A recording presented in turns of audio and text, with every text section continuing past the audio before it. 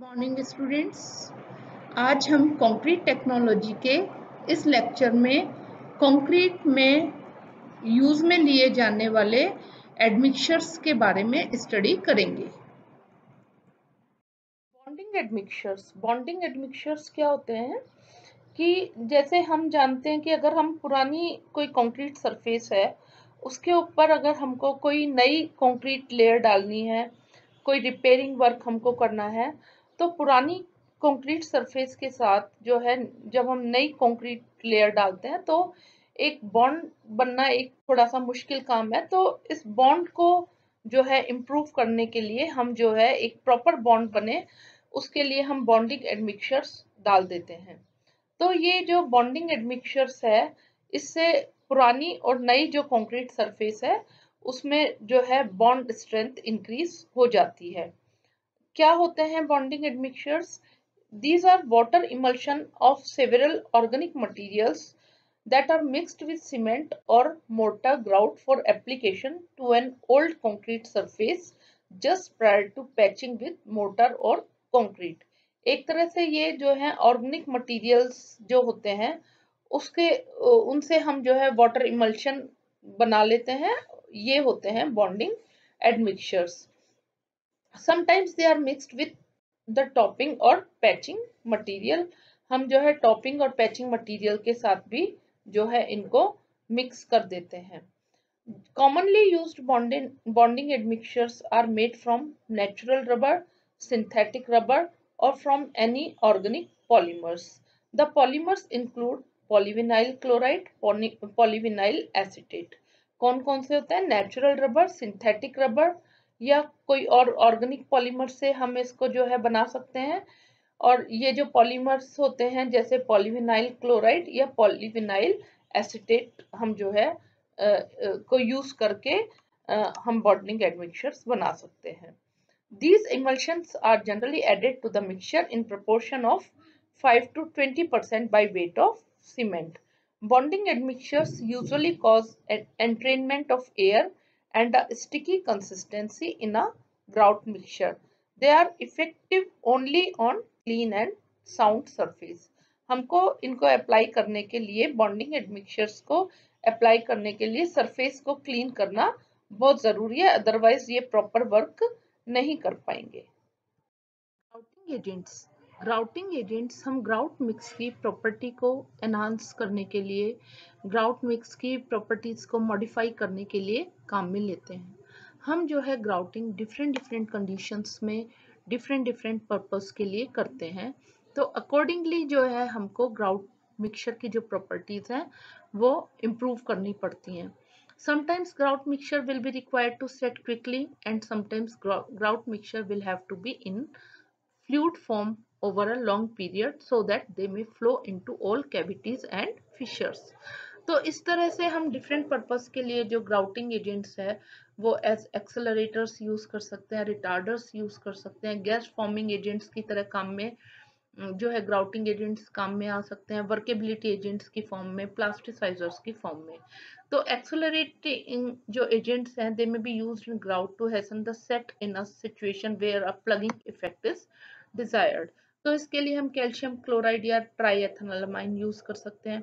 For रिटार्डर्स जो है हम रिटार्डर्स की तरह जो अगर ग्राउटिंग एजेंट्स है तो वो हम जिप्सम को यूज कर सकते हैं। नाउ वर्केबिलिटी एजेंट्स जो हैं वो कंक्रीट की वर्केबिलिटी को इम्प्रूव करने के काम में लिए जाते हैं। किन किन कंडीशंस में हमको जो है हाई डिग्री ऑफ वर्केबिलिटी या गुड वर्केबिलिटी चाहिए? जैसे if the concrete is to be placed around closely placed reinforcement, deep beam, thin section, जहाँ कंक्रीट का जो है हमको एक फ्लोएबिलिटी चाहिए ताकि जो है कंक्रीट जो है रिइंफोर्समेंट के जो है डीप बीम्स हैं और जहाँ क्लोजली जो है रिइंफोर्समेंट है वहाँ कॉर्नर्स तक जो है कंक्रीट हमारी पहुंच जाए। इसके लिए हमको कंक्रीट में एक जो है फ्लो देने के लिए हम वर्केबिलिटी एजेंट्स को यूज कर सकते हैं। या where special means of placements are required such as freemy shoot and pumping methods if the concrete is harsh because of poor aggregate characteristics or grading। अगर ग्रेडिंग प्रॉपर नहीं है और concrete harsh है, तो उस कंडीशन में भी हमको जो है वर्केबिलिटी को इम्प्रूव करने के लिए हम जो है वर्केबिलिटी एजेंट्स को यूज कर सकते हैं। या ऐसी कंडीशंस में जहाँ हमको वाटर सीमेंट रेशो जो है बहुत कम रखना है, but we require high workability, तो हम स्ट्रेंथ को बढ़ाने के लिए जो है वाटर सीमेंट रेशियो को कम रखते हैं, लेकिन वर्केबिलिटी एजेंट्स के यूज करके मिक्स की वर्केबिलिटी को इम्प्रूव कर सकते हैं। तो इन कंडीशंस में हमको जो है वर्केबिलिटी एजेंट्स हम यूज कर सकते हैं। और जो एडमिक्सचर्स हैं जो हम पहले भी डिस्कस कर चुके हैं वर्केबिलिटी को इम्प्रूव करने के लिए, वो हैं जैसे प्लास्टिसाइजर्स हैं, सुपर प्लास्टिसाइजर्स हैं, एयर एंट्रेनिंग एजेंट्स हैं, या फाइनली डिवाइडेड मटेरियल्स। इनको हम यूज करके वर्केबिलिटी को इम्प्रूव कर सकते हैं। तो जो हम finely divided admixtures as workability agents हम जो है काम में लेते हैं, तो अगर हम उनको जो है एक एप्रोप्रिएट क्वांटिटी में यूज करें तो उससे वर्केबिलिटी इम्प्रूव होती है और ब्लीडिंग जो है रिड्यूस होती है, सेग्रीगेशन रिड्यूस होता है, और स्ट्रेंथ जो है कंक्रीट की इंक्रीज होती है, और जो ड्राइंग श्रिंकेज है वो कम हो जाती है। जो हम कॉमनली यूज करते हैं मटेरियल है जो हम वर्केबिलिटी एजेंट्स की तरह से यूज करते हैं, वो है fly ash, finely divided silica, hydrated lime and talc. Use of plasticiser and super plasticiser we have already discussed कि किस तरह से जो है हम प्लास्टिसाइजर एंड सुपर प्लास्टिसाइजर्स की हेल्प से जो एक तरह से वाटर रिड्यूसिंग एजेंट्स हैं उनको जो है यूज में लेकर वर्केबिलिटी को इम्प्रूव कर सकते हैं और वाटर की क्वांटिटी को रिड्यूस कर सकते हैं। एयर रिट्रेनिंग एजेंट्स, कभी कभी कंक्रीट मिक्स में एयर क्वांटिटी को रिड्यूस करना पड़ता है। जैसे यदि हम ऐसे एग्रीगेट्स यूज कर लेते हैं जो कि एयर प्रोवाइड करते हैं मिक्स में, या हम एयर एंट्रेनिंग जो एडमिक्सचर्स हैं उनकी जो है ज़्यादा डोज प्रोवाइड कर देते हैं, तो हमको कंक्रीट मिक्स से एयर को रिड्यूस करना पड़ता है। तो एयर को रिड्यूस करने के लिए मिक्स से हम एयर डिट्रेनिंग एजेंट्स यूज करते हैं। ठीक है, तो इसमें जो हम जनरली जो यूज करते हैं एज एयर डिट्रेनिंग एजेंट्स हैं वो हैं tributyl phosphate and water insoluble alcohol and silicones, जिनमें से जो ज़्यादातर जो हम यूज करते हैं वो है tributyl phosphate. Now water alkali aggregate expansion inhibitor.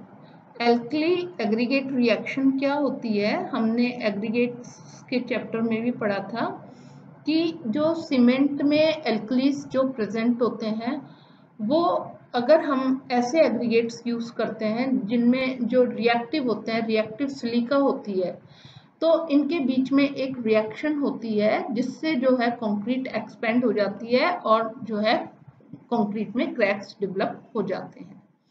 तो एल्कली एग्रीगेट रिएक्शंस हैं, इसको जो है प्रिवेंट करने के लिए हम alkali aggregate expansion inhibitors provide करते हैं। तो ये जो कौन कौन से एडमिक्सचर्स हैं, तो this reaction can be reduced by use of pozzolanic admixtures, और जो है एयर एंट्रेनिंग एडमिक्सचर्स के यूज से भी ये पाया गया है कि एल्कली एग्रीगेट रिएक्शन जो है स्लाइटली जो है रिड्यूस हो जाती है। और जो दूसरे जो एडमिक्सचर्स हैं वो है एल्यूमिनियम पाउडर या लिथियम और बेरियम सॉल्ट्स, जिनके द्वारा एल्कली एग्रीगेट रिएक्शन को हम रिड्यूस कर सकते हैं। पॉज़ोलैनिक मटेरियल्स क्या हैं? दीज आर सिलिशियस और एल्यूमिनस material which in itself possesses little or no cementitious value, but will, in finely divided form and in the presence of moisture, chemically react with calcium hydroxide to form compounds possessing hydraulic cementitious properties. कौन से material होते हैं? Siliceous और एल्यूमिनियस material होते हैं जिनकी खुद की कोई सीमेंटिशियस वैल्यू नहीं होती, इनमें सीमेंटिशियस प्रॉपर्टी नहीं होती, they are not binder.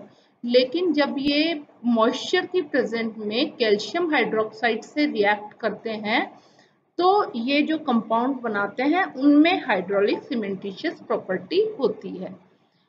पॉज़ोलैनिक admixtures के यूज करने से सीमेंट जो कंक्रीट है उसमें हीट ऑफ हाइड्रेशन कम हो जाती है, वाटर टाइटनेस बढ़ जाती है, उससे परमिएबिलिटी रिड्यूस हो जाती है, and it reduces the alkali aggregate reactions also, resist the sulfate attack and improve the workability।